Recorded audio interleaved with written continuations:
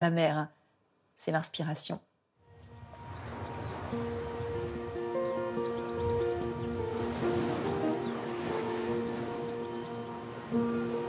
À l'extrême sud-ouest de l'Angleterre, les Cornouailles se découvrent sur une pointe de terre escarpée. Ces plages de sable fin et ses eaux turquoises en font une Riviera anglaise exceptionnelle. Cette terre a bercé l'enfance d'une des plus grandes romancières du XXe siècle, Virginia Woolf. Bien loin de l'image mélancolique et torturée de l'écrivaine anglaise, les Cornouailles de son enfance sont lumineuses, le socle de son bonheur et de sa liberté. Dans ces paysages abrupts, elle forme sa sensibilité et invente un style unique, fulgurant et avant-gardiste qui va révolutionner la littérature. Les Cornouailles ont été importantes dans le devenir de Virginia Woolf en tant qu'écrivaine. Dans ses mémoires, elle parle des Cornouailles plus que d'aucun autre endroit. Elle a été vraiment heureuse ici. Mondialement connue pour son best-seller Mrs. Dalloway, où l'essai féministe précurseur Une chambre à soi, c'est dans les vagues et vers le phare que Virginia Woolf ressuscite les Cornouailles.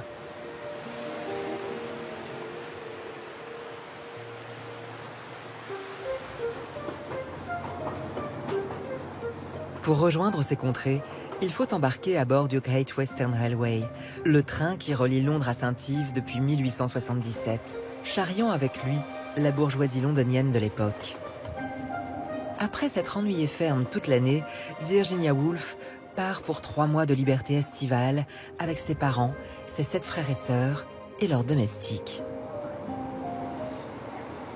Le train prend un virage et alors vous découvrez cette vue spectaculaire sur Saint-Yves, sur le port, le sable et le phare de Gaudreville. Et c'est exactement ce que Virginia Woolf voyait en arrivant. Le voyage en train était très important pour Woolf. Il la menait à Saint-Yves, qui était son endroit préféré. Elle décrit le Great Western Railway comme un magicien qui la transporte dans un monde lointain.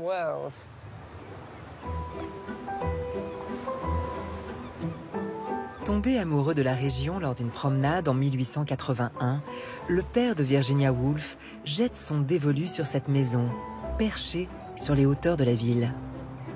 Dominant la baie de Saint-Yves, avec une vue imprenable sur la mer et le phare de Gaudreville, Talland House devient la maison du bonheur, le plus beau commencement d'une vie qui se puisse concevoir pour Virginia Woolf.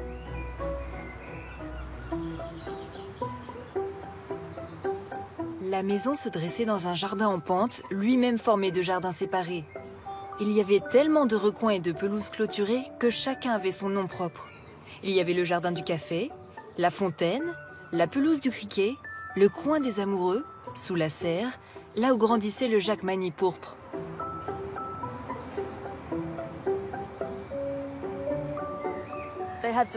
Ils laissaient les fenêtres à la française ouvertes et ils passaient de l'intérieur à l'extérieur constamment.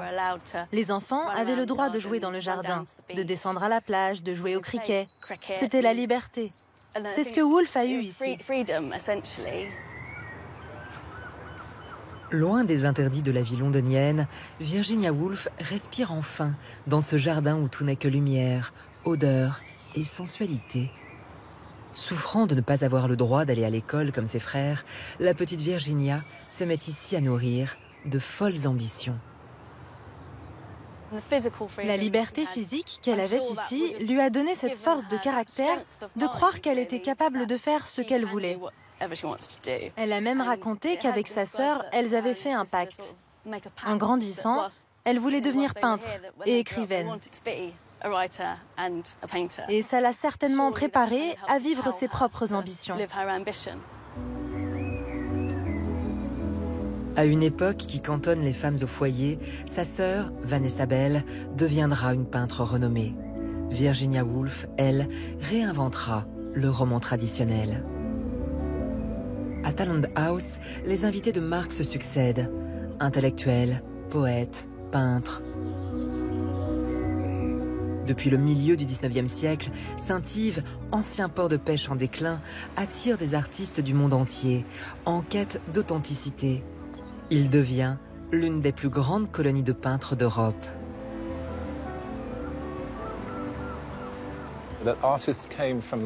Les artistes venaient de Londres, des grandes villes, d'Amérique, de partout dans le monde. Ils voulaient vivre dans une colonie d'artistes. Ils peignaient le port et les pêcheurs, ce qu'ils pensaient être une vie naturelle et primitive. Saint-Yves est tout au bout de l'Angleterre, là où le pays devient très étroit. Donc on a la mer des deux côtés, au nord et au sud. Et ça donne, comme en Méditerranée, une lumière très claire. Les artistes adoraient ça. Imprégnée de cet univers de la peinture, l'écriture de Virginia Woolf regorge de détails visuels, de couleurs et de nuances. Dans Vers le phare, roman de l'enfance perdue, l'écrivaine se représente en peintre à travers le personnage de Lily Briscoe, femme indépendante qui se débat avec son art, cherchant à y dépeindre ses émotions plus que la réalité. La façon dont Lily Briscoe fait face à la toile blanche, le fait de devoir transférer ce qu'elle ressent dans sa peinture, est une métaphore pour toute création artistique, avec les difficultés et les questionnements qui vont avec. Et c'est ce que Virginia Woolf essaye de faire avec son écriture. Elle veut repousser les limites, atteindre un autre niveau de vérité dans ses écrits. Le jackmanie était d'un violet éclatant, le mur d'un blanc cru. Tout cela lui apparaissait si clairement, s'imposait à elle avec une telle évidence quand elle le regardait. C'est à l'instant où elle se saisissait de son pinceau que tout changeait. C'est dans ce parcours éclair de l'image à la toile que l'assaillaient les démons, qui souvent la mettaient au bord des larmes et rendaient le passage de la conception à l'exécution aussi redoutable que l'est pour un enfant la traversée d'un couloir obscur. Saint-Yves est resté un paradis des arts en bord de mer, avec ses multiples galeries et sa propre annexe du célèbre musée de Londres, le Tate. Les Portsmouth Studios, des ateliers construits les pieds dans le sable, au-dessus des hangars de pêche, accueillent toujours des peintres, attirés comme Woolf par la poésie de ces paysages. Je suis au lit, à demi réveillée, dans la chambre des enfants à Saint-Yves. J'entends les vagues qui se brisent, une, deux, et qui lancent une gerbe d'eau sur la plage, et puis qui se brisent, une, deux. Je suis en proie à l'extase la plus pure que je puisse imaginer. De ce premier souvenir découlent tous les autres. Sur la plage de Portsmouth, croissant doré de sable fin en contrebas de Talent House, Virginia Woolf enregistre les cris d'enfants, la chasse au crabe et le ressac des vagues. Pour retranscrire ces réminiscences qui la hantent, l'écrivaine s'affranchit des codes classiques de la littérature et invente un nouveau langage, celui des sensations. Woolf a écrit les vagues comme une musique, celle du mouvement de la mer. Ce roman est raconté par les pensées des personnages plutôt que par une intrigue. Un personnage mène à un autre personnage, qui mène à un autre personnage. Un peu comme cette plage de Saint-Yves sur laquelle les vagues se succèdent lentement. À l'époque, les romans reposaient sur une intrigue, une histoire, plutôt que sur les pensées des personnages, jusqu'à ce que Woolf écrive ce roman extraordinaire. Et c'est ce qui en fait, je pense, le livre le plus révolutionnaire du XXe siècle. Avec ce chant polyphonique à 6 voix, Virginia Woolf devient l'une des pionnières du monologue intérieur. « C'est ma première œuvre écrite dans un style qui m'est propre », écrit-elle. Ces étés idylliques dans les Cornouailles s'arrêtent brutalement avec la mort de sa mère. Virginia Woolf n'a que 13 ans. Le plus grand désastre qui pouvait arriver, raconte-t-elle.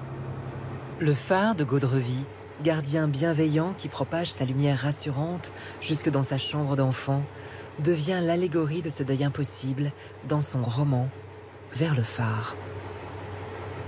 Ils étaient maintenant tout près du phare. Il se dressait devant eux, austère et droit, éblouissant de blanc et de noir. Et l'on voyait les vagues exploser sur les rochers en 1000 éclats semblables à du verre brisé.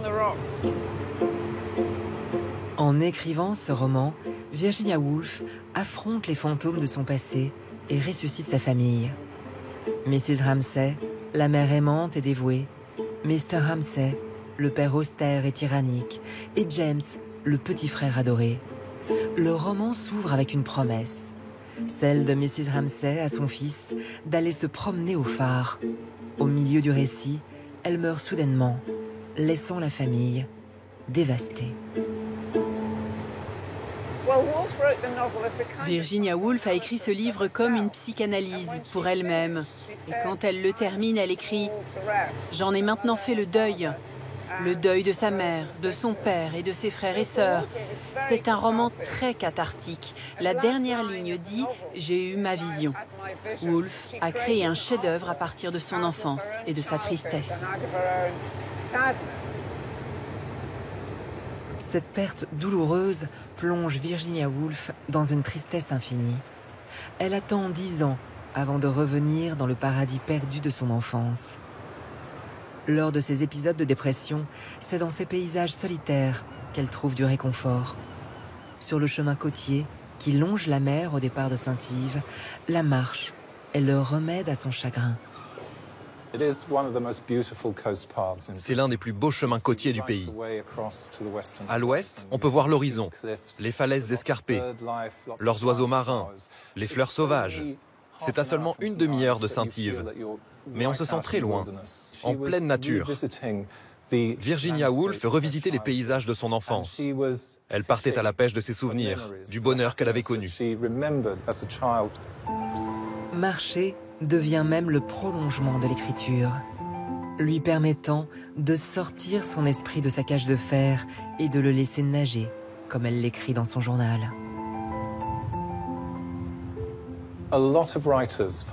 Beaucoup d'écrivains pensent que le meilleur moyen de faire émerger de nouvelles idées, c'est de marcher. On sait que Virginia Woolf a fait ça. Et quand elle revenait, ses idées se cristallisaient. Elle pouvait commencer à travailler. Voilà la région qu'il préférait, là-bas. Ces dunes qui se perdaient dans l'obscurité. On pouvait marcher toute une journée sans rencontrer âme qui vive. Il n'y avait pratiquement pas de maison, pas un seul village sur des miles. On pouvait se colter avec un problème sans être dérangé. Elle associait les Cornouailles à un jardin d'Éden, à ce sentiment de sécurité et de bonheur. C'était une joie intense pour elle de revenir ici une fois adulte et de réaliser que rien n'avait changé, contrairement au reste du monde où tout avait changé. Il y avait eu des morts et des malheurs, mais les Cornouailles, elles, étaient restées les mêmes que dans son enfance.